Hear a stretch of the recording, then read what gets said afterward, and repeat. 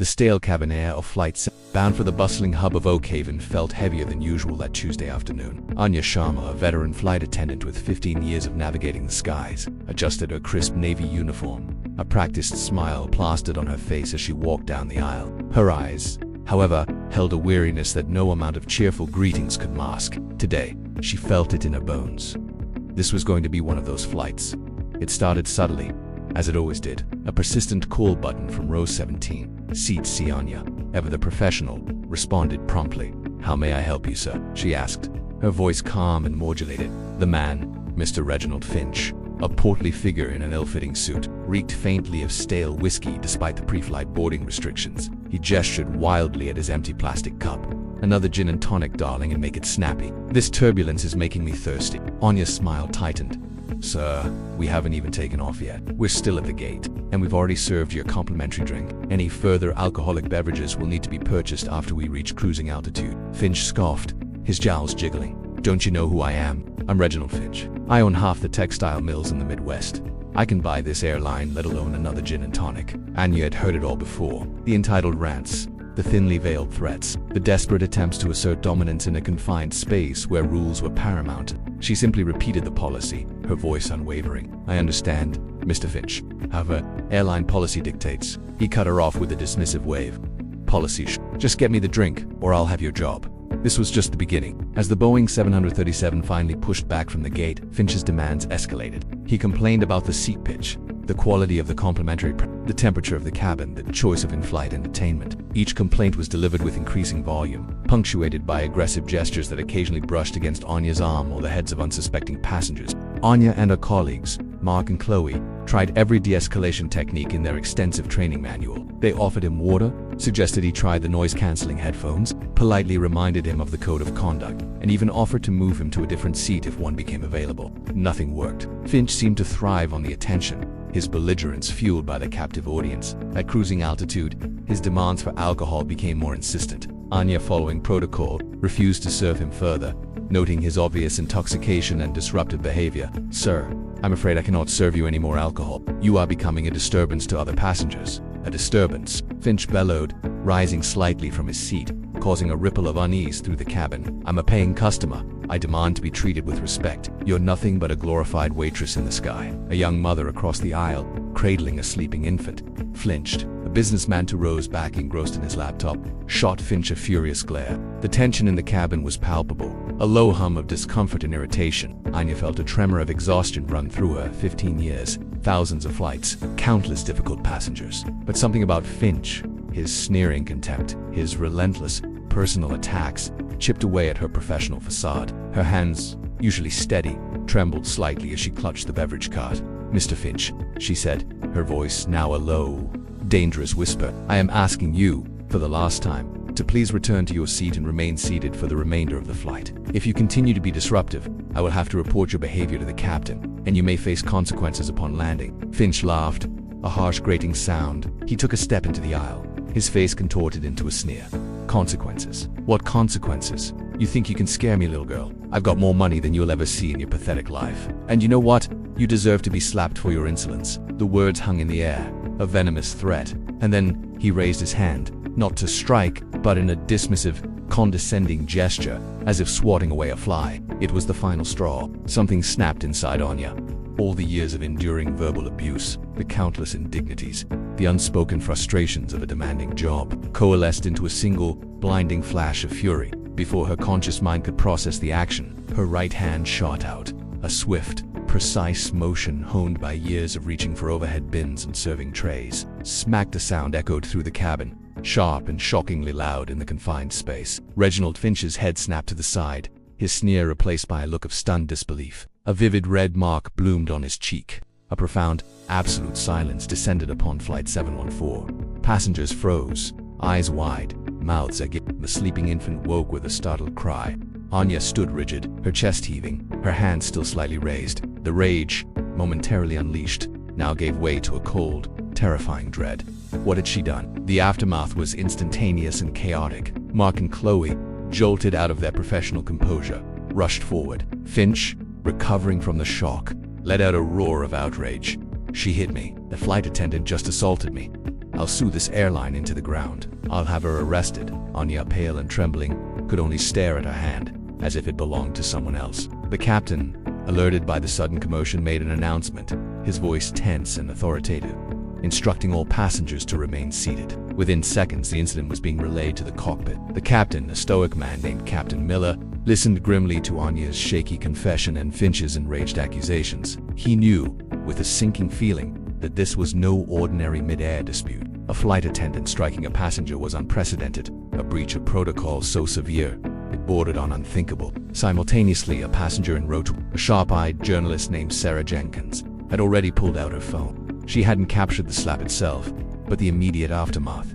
Finch's red face, Anya's stunned expression, the shocked reactions of other passengers, was all she needed. She began typing furiously, her fingers flying across the screen, crafting a headline that would soon ignite a global firestorm. She wasn't calling a friend or family. She was calling her editor, a man who lived for breaking news. "You're not going to believe this, Mark," she whispered into the phone, her voice barely containing her excitement. "Flight attendant just slapped a passenger, mid-flight, on my plane. Get ready, this is huge." The editor, a grizzled veteran of 1,000 news cycles, didn't hesitate. He knew the power of a single, sensational incident in the age of instant information. He barked orders, his newsroom suddenly alive with a frantic energy. "Get me every detail. Photos, videos, eyewitness accounts, and start digging into that airline's history. I want a full-blown by the time that plane lands." Meanwhile, Captain Miller was making his own critical call. He contacted air traffic control, declaring an emergency and requesting an immediate diversion to the nearest suitable airport. "We have an unruly passenger incident escalating to physical altercation,"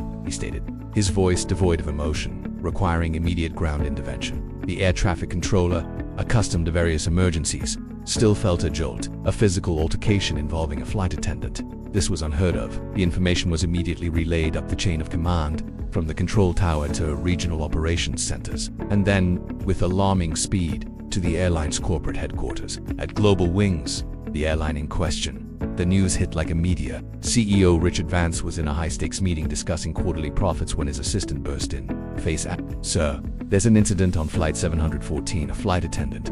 She slapped a passenger." Vance, a man known for his icy.coms, felt a tremor of genuine fear. He knew the implications. In the hyper-connected world, a single incident, especially one so visually dramatic, could cripple an airline's reputation in minutes. He immediately ordered a full crisis management team to convene. The initial call from Sarah Jenkins' editor, along with the captain's emergency declaration, triggered an unprecedented chain reaction. News agencies, always hungry for controversy, picked up the story with a ferocity that stunned even seasoned media analysts. Social media exploded. Hashtags like #FlightAttendantSlap and #GlobalWingsDisgrace trended worldwide. But it wasn't just the media. The incident, particularly the alleged assault by a crew member, sent shockwaves through aviation authorities globally. Airlines operated on a delicate balance of trust and safety. Any breach of that trust, especially one involving violence from a crew member, was viewed with extreme gravity. 1 minute after Sarah Jenkins called to her editor, and mere seconds after Captain Miller's emergency declaration reached Global Wings' corporate crisis center, the first airport made its move. Oakhaven International Airport, the intended destination of Flight 714, was the first to react. Their operations director, receiving an alert from their airline liaison, immediately issued a directive: suspend all Global Wings flights departing from Oakhaven. Until further notice, no new arrivals from Global Wings will be cleared for gate access. The reason was simple: safety and public confidence. An airline whose crew members resorted to violence was a liability. The risk of further incidents, or a complete collapse of public trust, was too high. Then came the domino effect. 1 minute, 15 seconds. Metro City International, a major hub for Global Wings, followed suit. Their statement was terse due to an ongoing investigation into a serious incident involving Global Wings. All flights are temporarily suspended. 1 minute, 22 seconds. Pacific Coast Gateway, another key airport, announced a similar suspension, citing unforeseen operational disruptions related to Global Wings. 1 minute, 30 seconds. The ripples spread across continents. Heathrow, a critical international gateway, issued a preemptive suspension. They had heard the whispers, seen the early social media posts, and their security protocols dictated immediate action to protect their passengers and their reputation. 1 minute, 38 seconds. Frankfurt Airport, a major European hub, joined the growing list. 1 minute, 45 seconds. Dubai International, a pivotal connection point between East and West, implemented a temporary ban. 1 minute, 50 seconds. Tokyo Narita, a gateway to Asia, issued its own suspension. 1 minute, 55 seconds. Sydney Kingsford Smith, acting on reports from international aviation bodies, added its name to the list. 2 minutes, 0 seconds. And finally, just as the 2-minute mark hit, a regional airport, Green Valley Municipal, which had only one Global Wings flight per day, suspended it. The message was clear. No airport wanted to be associated with an airline embroiled in such a public and violent scandal. 9 airports. In approximately 1 minute, the speed was terrifying, a testament to the interconnectedness of the modern world and the fragility of corporate reputation. Flight 714 landed at a small, regional airport, its usual vibrant livery looking strangely muted under the gray sky. The moment the doors opened, a swarm of airport police, paramedics, and airline officials boarded the plane. Reginald Finch, still fuming, was immediately escorted off, demanding medical attention and threatening lawsuits. Anya, numb and silent, was taken into a separate room for questioning. The world outside the plane was a news channels ran continuous coverage, dissecting every angle of the incident. Experts weighed in on airline policy, passenger behavior, and flight attendant stress. The video footage, pieced together from various passengers' cell phones, went viral.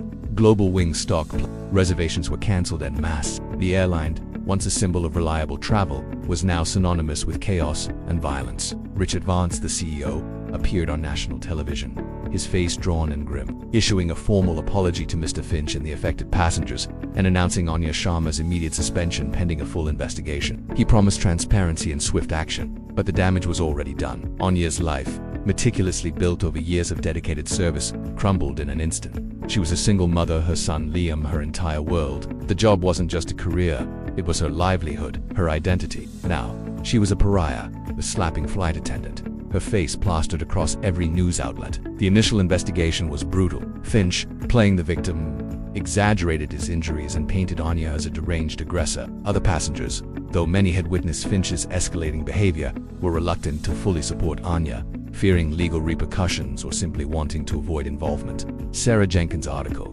while technically accurate, sensationalized the incident, focusing on the dramatic slap rather than the provocation. Anya, however, found an unexpected ally in Mark, her fellow flight attendant. He had seen Finch's behavior firsthand, the relentless taunting, the personal insults, the final, threatening gesture. He provided a detailed statement, emphasizing Finch's aggression and Anya's attempts to Chloe, those shaken, corroborated Mark's account. Even with their support, the optics were terrible. A flight attendant, a symbol of safety and service, had physically assaulted a passenger. The airline, under immense public and financial pressure, had little choice but to terminate Anya's employment. They cited a zero-tolerance policy for physical altercations, regardless of provocation. The subsequent months were a blur of legal battles, media scrutiny, and personal despair for Anya. Finch filed a multi-million-dollar lawsuit against Global Wings and Anya personally. Her savings dwindled, consumed by legal fees. She couldn't find another job, her name was tainted, her reputation irrevocably damaged. Liam, confused and upset by the constant news reports, struggled at school. Yet, amidst the darkness, a strange phenomenon began to emerge. As more details of Finch's history of disruptive behavior on flights came to light, and as more flight attendants anonymously shared their own stories of abuse and harassment, public opinion slowly began to shift.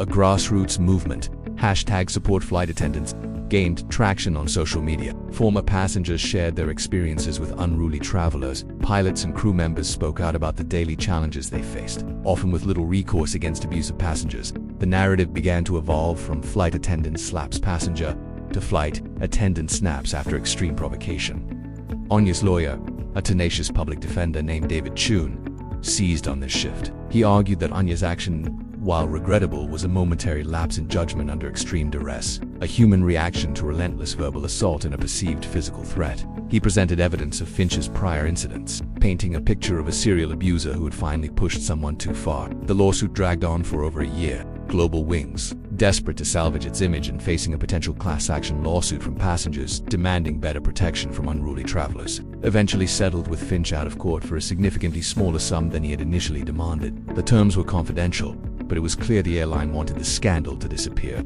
Anya's case was different. David Chun pushed for a public trial, believing that the truth, when fully presented, would exonerate her. The trial was a media circus. Anya, composed and dignified, testified about the years of emotional labor, the constant pressure, and the specific incident with Finch. She admitted her mistake, expressed remorse for her actions, but stood firm in her assertion that she had been pushed to her absolute limit. The jury, comprised of ordinary citizens, many of whom had experienced difficult flights themselves, deliberated for days. They heard Finch's blustering testimony, which often contradicted itself. They heard from Mark and Chloe, whose calm, consistent accounts resonated. They saw the public support for Anya growing. In the end, the jury found in Anya's favor. While acknowledging the physical contact, they ruled that it was an act of a reaction to extreme and prolonged provocation that negated criminal intent. The verdict was a shockwave, not just for Anya but for the entire aviation industry. It wasn't a carte blanche for flight attendants to strike passengers, but it was a powerful statement about the limits of patience and the need for greater protection for crew members. The airline, Global Wings, never fully recovered. The initial suspension from 9 airports, though eventually lifted, had caused irreparable damage to its reputation and financial stability. It became a cautionary tale, a stark reminder of how quickly a crisis could escalate in the digital age. They implemented stricter policies on unruly passengers, invested in de-escalation training, and even introduced a 3-strike rule for disruptive travelers, with immediate bans from future flights. But the public trust, once shattered, was slow to rebuild. Anya Sharma, though legally cleared, never returned to the skies. The trauma of the incident, the public humiliation, and the financial hardship had taken their toll. She found work as a customer service trainer for a different industry, using her vast experience to teach others how to handle difficult situations with grace and, crucially, how to recognize when a line has been crossed. She became an advocate for flight attendant rights, speaking at conferences about the need for better support and stronger protections against passenger abuse. Reginald Finch, his reputation in tatters and his textile business struggling from the negative publicity, faded into obscurity, forever branded as the passenger who got slapped. The incident of Flight 714 became a landmark case, a moment that forced a reckoning within the aviation industry. It highlighted the immense pressure on flight, the growing problem of unruly passengers, and the lightning-fast speed with which a single dramatic event could reshape public perception and corporate fortunes. Years later, Anya would sometimes look up at the sky, watching a plane trace a silver line across the blue. She missed the camaraderie, the feeling of soaring above the clouds, the quiet satisfaction of a smooth flight. But she didn't miss the constant vigilance, the simmering tension, or the fear of another Reginald Finch. Her slap, born of a moment of unbearable frustration, had inadvertently sparked a global conversation, a painful but necessary examination of what it truly meant to serve in the skies. It was a minute that changed everything, a single call that echoed through 9 airports and forever altered the trajectory of an airline, a flight attendant, and the very nature of air travel.